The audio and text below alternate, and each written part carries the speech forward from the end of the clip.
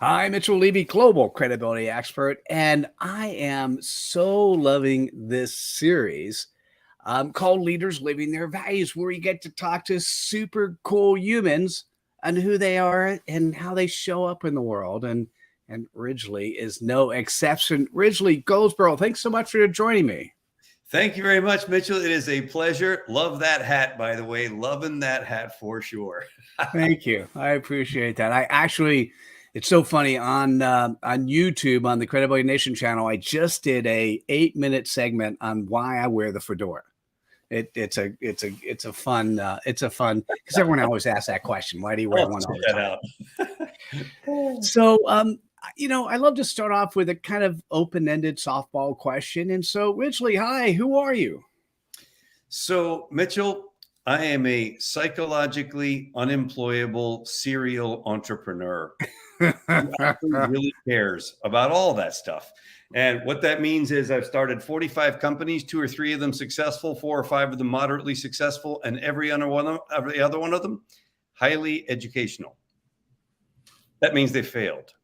And I learned a lot more from the failures than the successes, but it doesn't stop me from coming up with a new one. And what are we going to do next? I don't know. I like it. So that's a part of it. So that's kind of the stuff you do for quote unquote work. Who else is Ridgely? So I'm a very serious spiritual leader. I've been a practicing Buddhist for almost 4 decades now. I'm way into philosophy. What is life? How does it work? How does the universe turn, etc.? Breaking down human behavior. What does that look like? Led me to write 19 books and kind of still figuring it out. I'm self-proclaimed as a geek because I'm always studying and trying to learn new stuff and taking new courses and collecting degrees. And, at the end of the day, trying to do my small part to change the world. Tell me what it means to you to be a Buddhist. So it means that I take total 100% responsibility for the good, the bad, and the ugly in my life. It is 100% on me, all the good stuff, all the challenging stuff. And I'm very, very keen on making world peace my mission, world peace as defined as each individual becoming happy. And as that ripples out, we begin to get along. So I have one of the degrees that I have from DePaul University is in global citizenship. So I spent 4 years studying what does global citizenship mean? Where are the boundaries? Where do they end? Where do they start? And how can we possibly come together as a human species, brothers and sisters in this crazy journey that we're on? And at the core of that is my Buddhist practice, but realistically, it's all about dialogue. And to me, I love these kind of things, Mitchell, because dialogue is a co-creative process. I don't know what you're going to ask me. I don't know where we're going. I'm not sure what we're going to do here, though I'm confident that some piece of magic is going to show up and that we're going to have a good time in the process. Both of those are important to me. Agreed. I love co-creation. And the answer is for people to actually see you. It's funny. I came back from Nashville, first time actually getting COVID. And it was a group of people, the Marshall Goldsmith, the 100 coaches. And I was asked to join in November. So I was there with a group of people, and Marshall's talking about his Buddhist practice. And I loved his philosophy of the fact that if you take 11 million breaths in a year, there are 11 million versions of you. Mm-hmm. And that the person you are now is the person who exists at the time of the current breath. And yesterday you were a different person. Mm-hmm. Is that something you think about too? Or is that just because so many people have different interpretations of what Buddha talked about and did? Well, so here's the thought that I am very tuned into, and that is this. Whatever you have to do, whether it's a Buddhist practice, whether you're a Muslim, Jewish, Christian, or any other thing that you're doing, at the end of the day, is that practice raising your life state? Because if you're in a high life state, a high life condition, then you see everything through the eyes of a high life condition. You see your wife, your spouse that way, your kids that way, your business that way, your opportunities to share in a dialogue as we're doing right now that way. Whereas if you're in a low life condition, you see everything through the eyes of yuck. Everything is yuck. Relationships are yuck. Business is yuck. Everything is yuck. So to me, somehow, whatever your practice is, my hope for you, meaning the general you that's out there, is that it serves to raise your life state so that from that point forward, all that you're doing and all that you're touching is from a place of high life condition, of expansion, of compassion, of hope and courage. And so whether it's a Buddhist practice or any other kind of practice, I hope that that's the goal. All right. But by the way, I love the concept of focusing on a high life, and you described what that was. But I'm still not sure of, do you also agree on the Buddhist theory that the present you are today is different than who you were just seconds ago or days ago? So 100%. And let me break that down a little bit. Okay. Imagine that you and your life, the life of Mitchell Levy, is in an elevator. And something happens that annoys you. Well, let's say there's 10 floors to this elevator. All of a sudden, you're like sinking down a little bit. And then you run into somebody who's really, you just get so excited to see them, and your life condition just goes back up again. Up you go up in the elevator. Highest part of the elevator being a state of enlightenment or pure compassion and joy. Lowest part of the elevator, lowest floor being a state of complete hell and suffering. What do we do all day long? We go up and down the elevator all day long. Imagine this. You wake up in the morning, your alarm goes off. You're like, oh no, it's an alarm. And then you go, wait, it's Saturday. I don't have to work today. Elevator goes up. And then you walk out to the mailbox and there's a horrible thing. It says IRS. Down in the elevator you go. And then you open it and it's a check. Wow, back up again. And we as human beings fluctuate up and down the elevator of life all day long, unless you can find a way to keep that higher life state and stay on the upper floors in the elevator. So you don't have to hang out where the world pushes your buttons, but rather we take command and hang out up there where it's a little brighter. So yeah, I believe that we changes all the time. I believe that life state is up and down all day long. I would say it's so interesting. As many super cool humans I've known that have been Buddhists, their interpretation, everyone's interpretation is slightly different. They all have an overall theme, but it's a very interesting focus of interpretation. Yeah. I think that one of the things that I love about practice of Buddhism is it's a living faith. It is being reinterpreted by the people who practice it today. It's not as though there's this thing that says, hey, this is the way, it's the same way it's been for the last 1,000 years and does not take into consideration the fact that human beings change. No, it's a living faith. The practitioners today are the ones interpreting what this thing looks like and how it works based on the results that they get in their life. Never mind, that there is, of course, if you look at any religion, in my mind, there are three types of proof. There's documentary proof. Somebody wrote it down. There's a Bible, there's a Quran, there's the Lotus teaching, there's something. Then there's theoretical proof. Do those things make sense? Do they hold water? But at the end of the day, Mitchell, the only proof that matters is actual proof. Does it work to make your life better, to make it more joyful, to accomplish your goals and dreams? The other two are kind of irrelevant if the actual proof is not in place. So for me, the only people who can demonstrate actual proof right now are the actual practitioners right now. So of course, they are the best people to interpret how this living faith moves as we continue on this journey called life. I love that. Shout out to Laura Cobb, who says hello to you originally. She'd love to see you. We do a show on Saturdays on Clubhouse, and you're more than welcome to join us anytime for that. Thank you.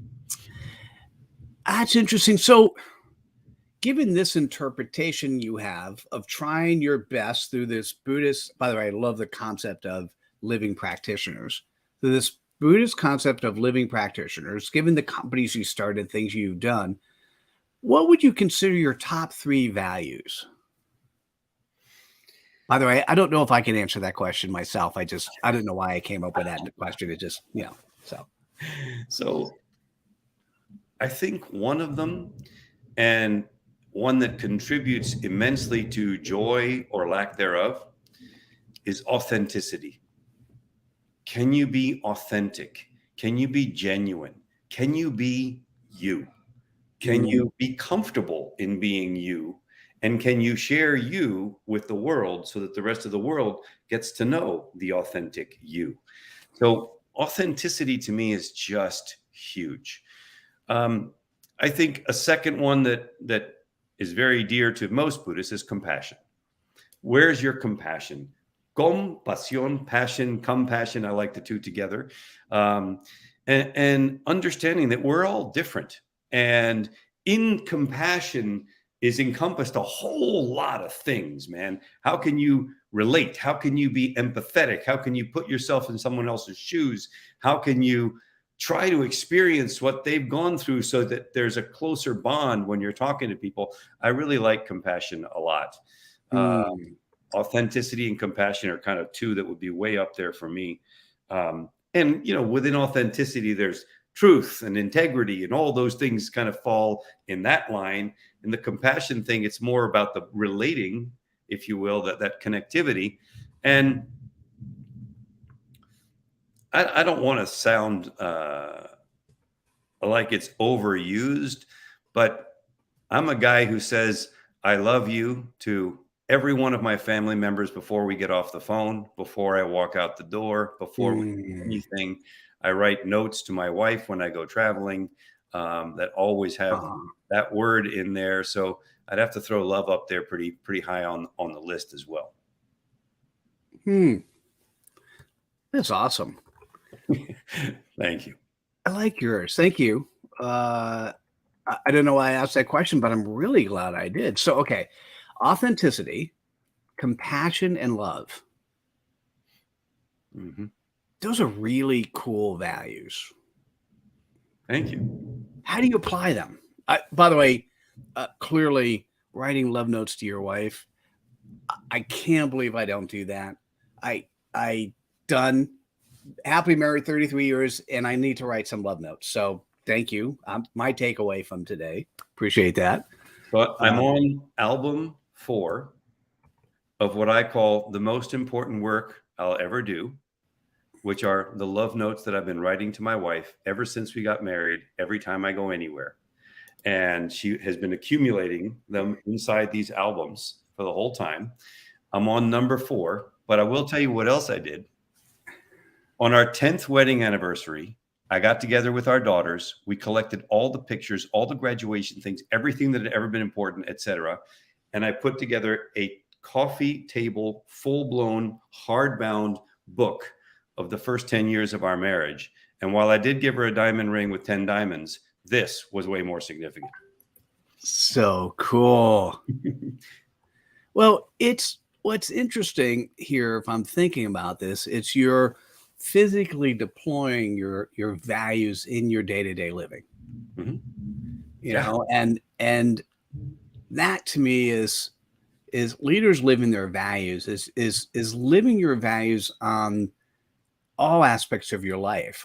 What I see from you, what I feel from you when we talk is the originally that shows up in the business space, in the consulting space, in the friend space, in the family space. It's the same Ridgely. That's right. Yeah. So why do people not do that? I wish I had a good answer for that one, but I'll give it a stab. I'll give it a try here. I think there's so much compare and despair. And I am not sure that some aspects of the tools that are available to us, even through the internet, aren't partly contributory to that. And so we kind of have to get back to the essence. Who am I? What do I care about? How do I share that with the world, not only personally, but professionally as well? I don't want to show up any different at work than I do at home. And I don't. And I will tell you, I've probably had bad meetings or a bad client twice in the last 25 years. I just don't have those meetings anymore. Why? Because I don't need to, because I don't hang out with bad people. You get to know really fast. Hey, man, if we're not a right fit, maybe I can help you out. But nope, doesn't sound like this is right for me. Have a beautiful day. It's kind of like, love you, bye. And I think that there's so much aspirational living as opposed to inspirational living. Like, inspire yourself. Do what's amazing. Forget about what everybody else is doing. One of the questions that I have, and this is like, now I don't want to go down a rabbit hole, but for those of us who've had a modicum of success, I ask the question, what's your number? Hardly anybody knows. What's your number? When are you done financially? What's your number? What's your goal? Oh, I just want to be rich. Really? What's that mean? What's your number? Nobody knows. I'm like, well, why don't you know? Why don't you have a number? You get a number, then it's pretty simple. It's like, hit that number, I'm done. Not done working, but at least I'm done worrying about it. Right? I ask people, what is happiness to you? You know what I say to that? Happiness to me looks like this. 1 month a year on the snow, skiing. 1 month a year snorkeling with my beautiful wife, and 10 months a year in service to others. End.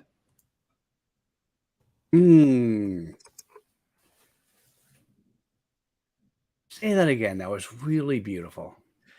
1 month a year skiing on the snow, my happy place. 1 month a year snorkeling with my beautiful wife. It's her favorite thing to do. And Did your wife not go skiing with you? She doesn't like cold and she doesn't like heights. Got it. Okay. that was what was missing. Got it. Okay. And 10 months a year in service to others. 10 months. Yeah.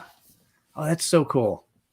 Jim Rohn used to always say, I worked very closely with Jim Rohn, and I love the way he used to say, there's 6 days a week of labor and 1 day of rest. And it's important not to get those confused.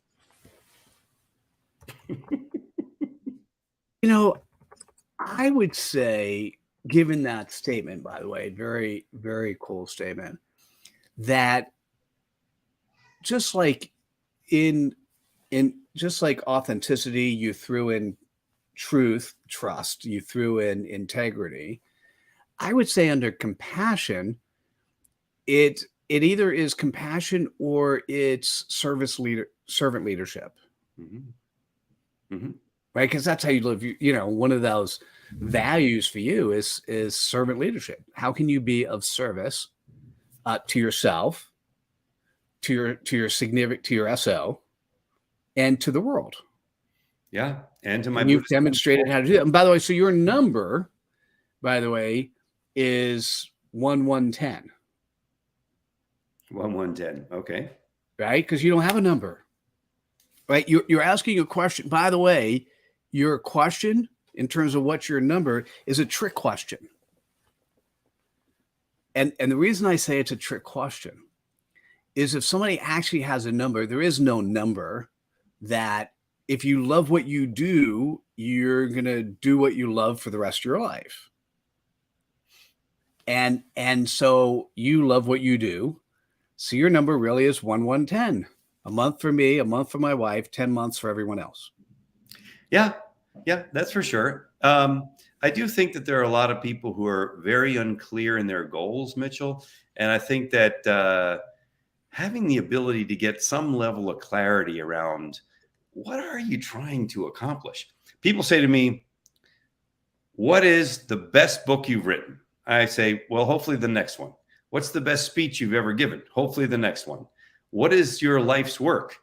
And I say, well, hopefully it's a body, a legacy of things that is still growing as we continue to serve people. I've been in this chair about 8.5 hours today. And I was like, all right, but now I get to relax with my good friend Mitchell and talk some philosophy of life. What a joy.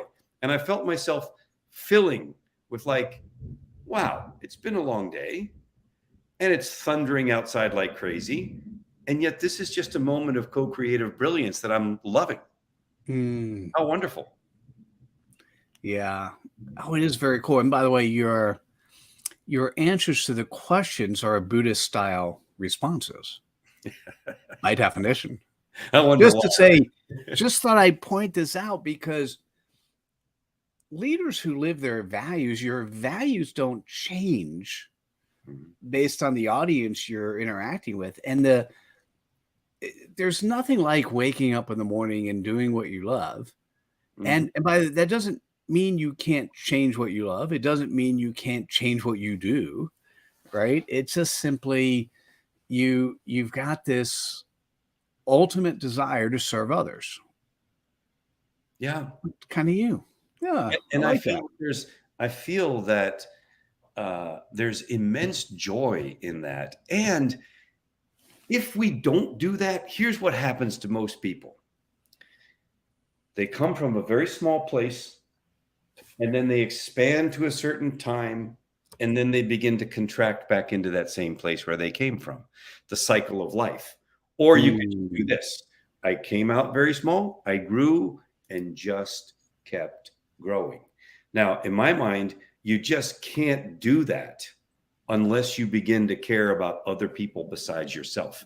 If we care about only us, we go back into that shell of me, as opposed to whoa, whoa, whoa. There's this giant world out there that of all sorts of amazing people and things that we can learn and be and commune about, etc. So for me, from the space of self has to come a space of caring for others in order to keep expanding. And I don't want to get old. Ain't happening. Biologically, maybe. Any other way, not happening. It was funny. I do about 60 meetings a week, and I was speaking to a guy yesterday when I asked how old he was. He had like four answers. It was physically, biologically, mentally. Mentally, by the way, he was, even though he was 70, it was a prepubescent, Yeah. youngster.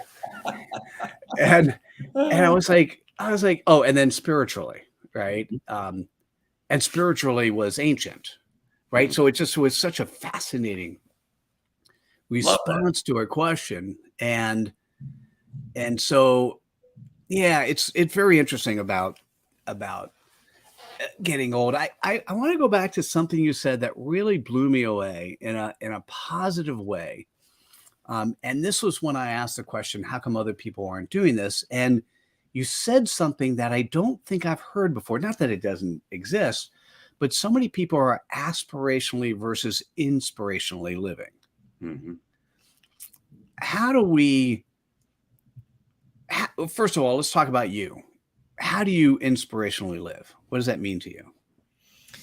It means that every morning I know that if I don't want to roll the dice with my day, I'm going to take the time to raise my life condition before I go challenge the day. If I don't do that through my practice of chanting, then I'm rolling the dice. Might be a good day, but it might not be a good day. We don't know. Here go the dice. And so for me to stay in a space where every time I'm interacting with a friend or a colleague or a client or a loved one, it's coming from a space that they walk away feeling better about that interaction, I have to be inspired. And in order to be inspired, I have to do the work. And I mean that sincerely. It's inspiration is not like, oh, I sat and then suddenly I was flooded with, maybe sometimes that works. But when you're trying to do it every single day, my suggestion is get a practice, do some journaling, do some meditation, do some chanting, do some prayer, do whatever you got to do to inspire yourself. But don't be expecting the universe to just give it to you without any effort, because I've not found that to be effective. Maybe for somebody, they can do that. But for me, I get up and I do the work first to get that inspiration and then go out and try to do whatever's on the docket for the day. I love that. And tell me what it is that if you had a good day or a good week or a good month, and given the business that you have, what is the business? What are you delivering to your client base that you're serving? So I deeply believe that people deserve to be heard. You deserve to be heard. And here's the thing. If you have a great product or a great service, that's wonderful. If you don't know how to express who you are and what you stand for to the world, nobody will care. So our work is to help people become better at that job of telling the world, who are you? What do you care about? What do you believe? What do you stand for? Tell me that first so that I can care about you, establish a bond, and then we can talk about your products, your services, your gig, your tribe, your whatever it is. So in our world, at the levels of the individual or at the level of very large multi-billion-dollar corporations, who are you? What's your why? Why are you here? Why should we care? That's what I do. Nice. Originally, was there a question that I potentially should have asked you that I didn't? So the one that kind of comes to me is, what do you do when you have a bad day? So what do you do when you have a bad day, Mitch? I was going to say, that's a great question. Oh, if you're asking me, what do I do when I have a bad day? My accountability coach is always my wife. So sometimes, depending on where she's at, I may talk to her. I've got other people who I would talk to, but generally speaking, what I like to do if I'm not having a great day is I like to go outside, go for a walk, and then I play Pokemon Go. And so as I'm playing Pokemon Go on my 3 phones, I'm letting the world sort of condense itself into the basic foundations of, okay, I'm having a bad day. How did that happen? Did I either not position myself well in the morning? Did I not ground myself physically or mentally? Or did just something inspire me in a particular way? And how do I turn that into a amazing opportunity? If what happens during the day is for me, how do I actually make that, which may at some point in time, if I'm calling it a bad day, it's simply my interpretation is probably not accurate, because if it's just for me, how do I turn it into a win? Nice. And so that's kind of what I do when I go for those walks. I like that. Do you know that some of the greatest philosophers in the world walked because there is an actual biological connection between your brain and the repetitive activity kicking in and opening up? So Nietzsche, walking with Nietzsche, many of those really great philosophers were all walkers. So they were all following in your footsteps before you. Nice. Well, yeah, well said. And then there's a guy I talked to, Lucas Root, one of the guys I do business with. We will philosophically help each other on a thinking process. Like something bad happened. One example was there was a point in time where I wasn't positioned well credibly by the person who introduced me to a crowd. And subsequently, I wasn't given the credibility status as I was speaking for the short period of time. And he looked at me immediately and said, he goes, "What a great gift." He goes, "Do you realize that you now know how," and it's been such a long time since I felt that way, "you know how most of your clients feel." And I go, "Oh, how cool is that?" Right. So it's sometimes having a third party look at the gifts that are given to you. How about you, Ridgely? Tell me about you. What do you actually do? I don't know if I have bad days, but occasionally they happen. So how about you? So I have a fundamental philosophy that says the only place that success comes before work is in the dictionary. And therefore, my job is to get back to work. So I will go back to work on the fundamentals, which is raising my life condition.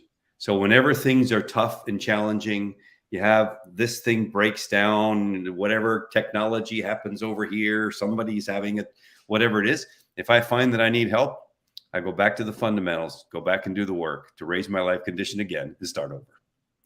Basically, to try to tell the elevator operator to lift you up a couple floors on the elevator. And the elevator operator is me. So, so get back to basics, get back to fundamentals, man. Get back up there where you need to be, homeboy. I love how you tied that all together. Um, Originally, if people are interested in reaching out to you, learning more, working with you, what's the best way for them to get in touch with you? Well, in that authenticity space, I help people convert more prospects into customers. And where people can go check that out is at customerconversionformula.com, customerconversionformula.com. And if you want to reach me, it's simple, support at customerconversionformula.com. We'll get to a team that knows where I am, no matter whether it's in this country or some other galaxy. I'm usually reachable. And that is the best way to reach me. Support at customerconversionformula.com. Originally, thank you so much. This was the coolest episode. Don't tell any of my other guests. So this is the coolest episode, and I so appreciate spending time with you. Thank you. You're so welcome. My pleasure. And hey, for those that are still here, this is now time to spread some cred dust. So click on the like button, share with your friends, make the comment that most gave you that aha moment, and we'll see you at the next episode. Thanks. Take care, everyone. Bye now.